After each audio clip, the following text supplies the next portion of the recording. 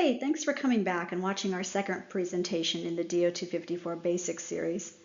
In this part, I'll be explaining how to navigate the document. So I hope you purchased yours. If you have it, please get it handy because I'm going to walk you through it in a variety of different ways.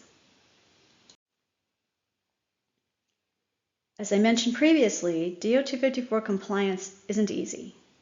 And one reason is that the document itself is hard to understand. You can't expect to read it from start to finish and then understand what you need to do. That's just not that simple. The best thing you can do is understand the layout first and then read the document with this in mind. And then that's the approach I'm going to show you here.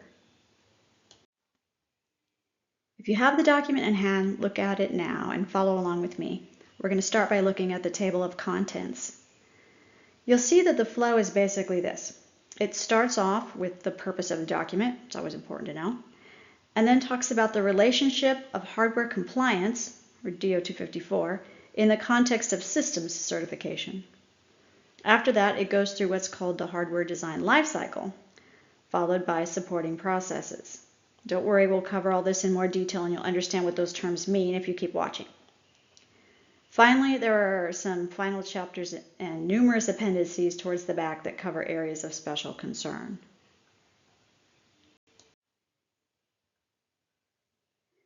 There are also some key graphics that can really help with your understanding. The first one is Figure 1-1. It shows the DO-254 document in the broader system development and certification environment. Really take a look at this figure and try to understand what it is conveying. Now, you may have already seen or heard some terminology that you're not so familiar with. So it's a good time now to mention Appendix C, the glossary of terms. So find that and scan through it. You don't need to memorize everything, but remember this appendix and flip to it anytime you stumble on a term that you might not understand. In fact, there's even words that maybe you do understand, but they might have specific meanings in the context of the DO-254 document. So keep that in mind as well. Also, I do want to point out that one of the freebies on the airworthinesscert.com site is a combined DO-254 and DO-178C glossary of terms and acronyms. So DO-254 is for hardware, DO-178C is for software, and those two standards, as you can guess, go hand in hand, just as the hardware and software teams work side by side also. So we've taken all those terms as well as all the acronyms and put them in one place that's easy to find. So check it out. Once you find it, you might want to bookmark that page also.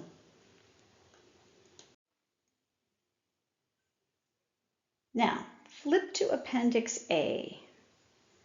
This appendix acts as sort of a summary for the whole document. It itemizes the objectives and data items associated with those objectives and identifies to which DAL, which design or development assurance level, they each apply.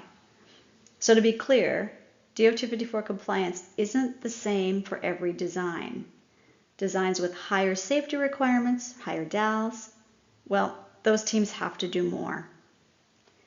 So Appendix A is a great summary, and it uses a table format to help you quickly see what will be required for your design based on its DAL.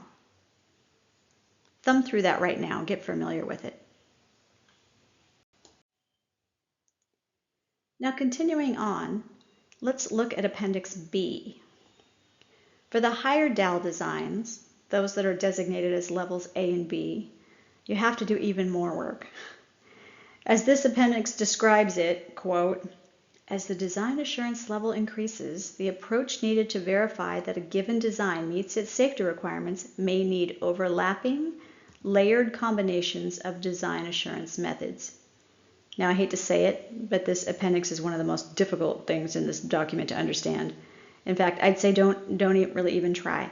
Just seek out an experienced team member or a consultant and have them help you determine what you need to do, what additional stuff you need to do if your design is a DAL A or B design. And as I mentioned in the previous presentation, it really helps to seek out an experienced consultant.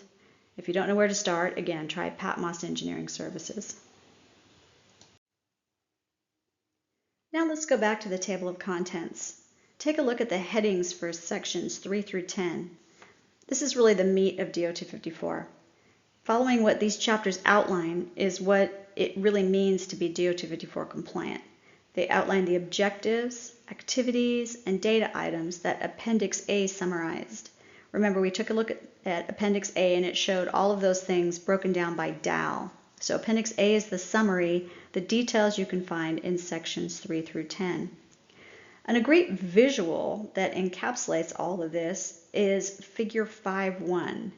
If you have the document in your possession right now, go and find that figure. I have a little graphic image of it right here on this slide, but take a look at it. So this figure, Figure 5.1, shows graphically the flow of DO-254 compliance and what's known as the hardware lifecycle. And it maps it to the chapters and sections where you can find more information. I'm going to go through this a lot more in part 3 of this series. Finally, section 11 covers additional considerations. These are things like what to do if you have a previous design that isn't compliant but has some kind of service history that shows it's safe, what to do with commercial hardware you buy, what to do regarding the tools you use in the process. And there's a lot more in terms of handling special cases like this in some of the supplemental policy documents that I'll discuss in part 4. So stay tuned for that. Okay, well, that was a quick overview of how to navigate the DO-254 document. Your assignment now is to use what I've presented here to help guide you through it. And watch the next video too, which is also very important. It's going to answer the basic question of what it means to be DO-254 compliant. And again, if you're engaging in a project now, I strongly suggest you seek consulting support and look at the various types of resources that can help you. Many of them are even free.